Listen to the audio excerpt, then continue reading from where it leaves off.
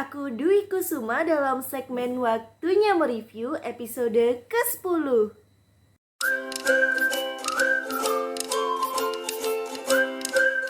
Nah, seperti biasa ya teman-teman, masuk di pekan akhir di hari Sabtu aku akan hadir dengan video review aku. Mulai dari review makeup, terus skincare sampai ke review buku. Nah, minggu ini aku ingin mereview buku sih teman-teman, karena buku yang akan aku review di minggu ini itu adalah buku lanjutan dari novel yang aku review di minggu sebelumnya. Kalau kalian ingat, kira-kira seperti apa reviewnya? Simak video ini ya. Jajang, ini dia bukunya.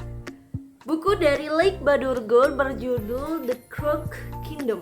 Nah, ini adalah buku kedua dari novel yang aku review di minggu sebelumnya yang berjudul The Six of Crows. Nah, ini jadi sequel atau penutupnya ya, kan sudah aku bilang di video sebelumnya kalau Lake Badurgo yang novel Six of Crows ini itu adalah duologi. Nah, The Crook of Kingdom ini adalah penutupnya teman-teman, atau buku keduanya. Sebelumnya, sebelum masuk review, aku benar-benar ngerasa berterima kasih banget buat pihak-pihak yang menyemangati aku untuk melanjutkan baca buku ini. Karena jujur ya teman-teman, setelah baca Six of Crows itu aku rada takut banget sama lanjutan ceritanya. Kenapa? Karena aku ngerasa buku ini tuh kayak dark banget gitu loh teman-teman.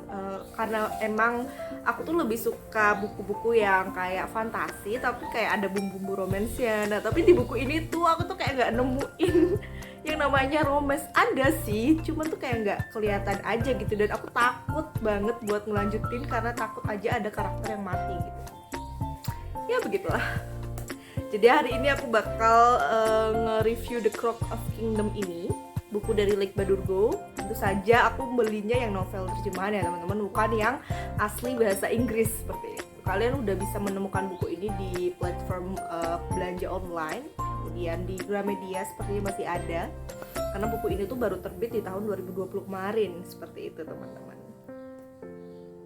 Kita lanjut masuk ke reviewnya teman-teman. Jadi seperti novelnya yang sebelumnya yang The Six of Crows, The Crook of Kingdom ini juga akan menyuguhkan kita 6 perspektif berbeda dari 6 karakter yang berbeda pula.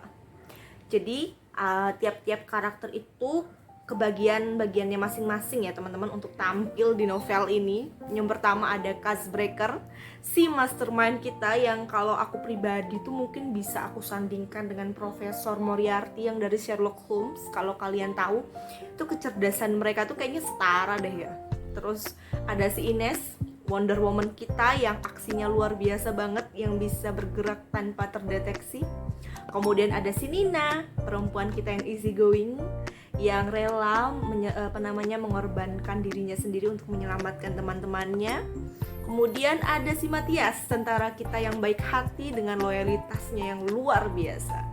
Kemudian yang kelima ada si Jasper. Nah, ini adalah penembak jitu kita yang sangat jahil, yang bisa menghidupkan suasana di novel ini yang harusnya menegangkan tapi rada terobati lah karena kejahilan dan kekonyolan si Jasper ini. Kemudian dan terakhir ada Willan yang aku pengen banget meluk dia, yang ingin banget bilang di depan dia kalau karakter ini nyata tuh kalau dia tuh seberharga orang-orang lainnya gitu. Jadi tiap karakter itu dia punya ceritanya masing-masing teman-teman, punya masa lalunya masing-masing.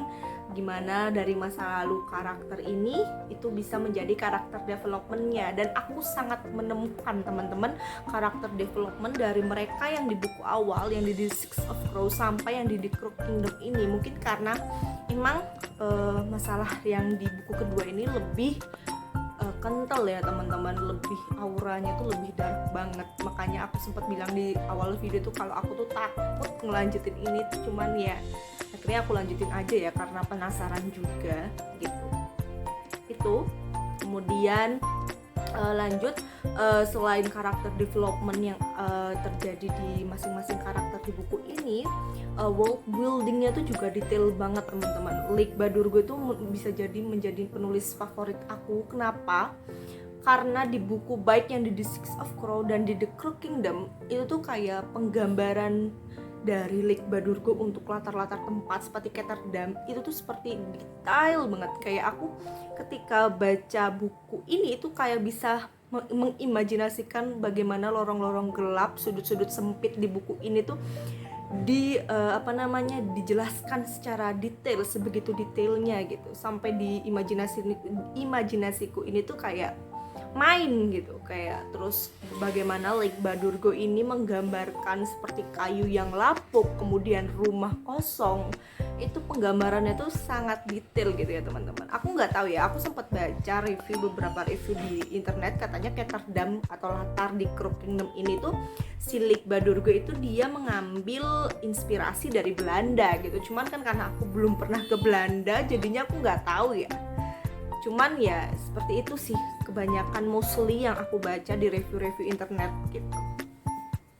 Oke, setelah kita membahas sedikit tentang karakter development dan world building yang disuguhkan Lake Badurgo melalui bukunya, aku akan mulai membahas tentang alur dan storyline-nya ya teman-teman. Dan seperti yang aku bilang di video novel aku sebelumnya yang membahas tentang Six of Crows, alur dan storyline yang dibuat oleh Lake Badurgo itu bukan tipe-tipe cerita yang klise gitu loh teman-teman, yang banyak beredar di pasaran.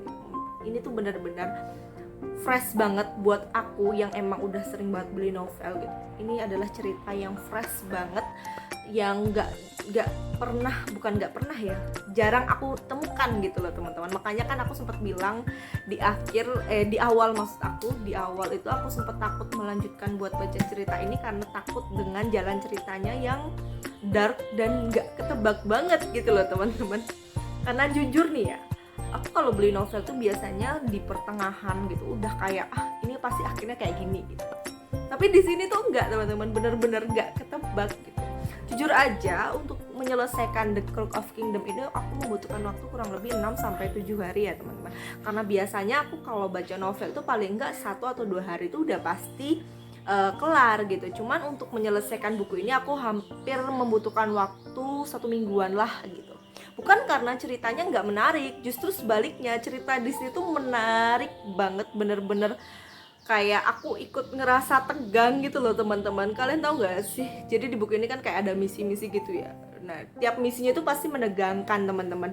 Nah, tiap klimaks gitu ya, tiap mau misinya itu kelar gitu pasti ada aja masalah, itu yang bikin greget banget gitu loh teman. Jadi aku memutuskan buat menikmati buku ini pelan-pelan aja, karena aku takut kalau aku maksain buat nyelesain cepet gitu malah nggak dapet feelnya. Dan terbukti aku menyelesaikan 6 hari, aku ikut tegang selama 6 hari itu ya teman-teman. Tiap baca balik halamannya itu kayak aduh abis ini kenapa ya, aduh abis ini ada masalah apa lagi ya gitu, sampai mikir gitu sih ketika aku menyelesaikan buku The Crooked of Kingdom ini.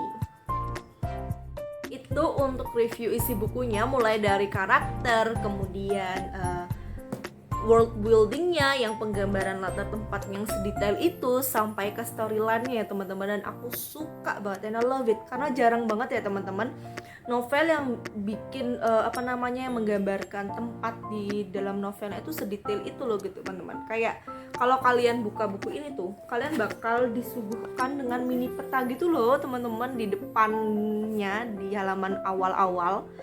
Kayak kalian tuh benar-benar diajak ikut berimajinasi, ini loh ada tempat seperti ini ya, walaupun itu cuman khayalan gitu, tapi setidaknya imajinasi kita tuh main gitu. Apalagi emang kalau kalian suka tipe-tipe cerita fantasi gitu ya teman-teman, apalagi buat kalian yang suka baca novel pasti paham banget kan perasaan aku.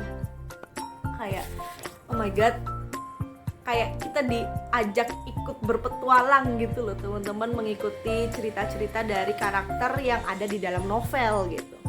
Overall aku suka banget, malahan mungkin aku bisa kasih rating 5 dari 5 mungkin ya, itu untuk isi ceritanya. Karena sebagus itu, walaupun aku membutuhkan waktu sedikit lebih lama untuk menyelesaikan novel ini. Itu untuk isinya. Untuk cover, seperti biasa aku akan nyerempet sedikit aja. Untuk cover ini tuh mungkin masih ada, karena ini adalah Willoughby The Six of Crows, jadi covernya itu di sini tuh ada gambar gagak gitu kalau kalian lihat. Simple ini soft covernya. Seperti biasa aku langsung beli keduanya gitu waktu itu. Cuman emang butuh waktu lama untuk menyelesaikannya karena dari buku pertama ke buku kedua tuh ada jedanya gitu teman-teman. Lagi mempersiapkan hati untuk membaca buku keduanya karena ceritanya yang dark banget yang aku bilang, menceritakan tentang dunia bawah gitu.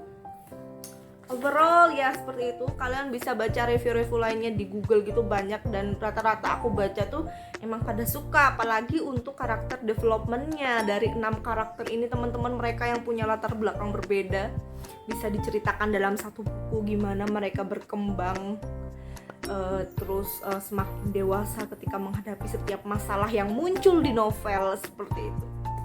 Ini buat kalian yang emang cari buku bacaan gitu untuk di waktu senggang, maka aku bisa merekomendasikan buku Duologi The Six of Crow ini.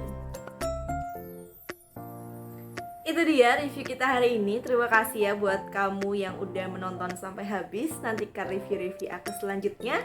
See you!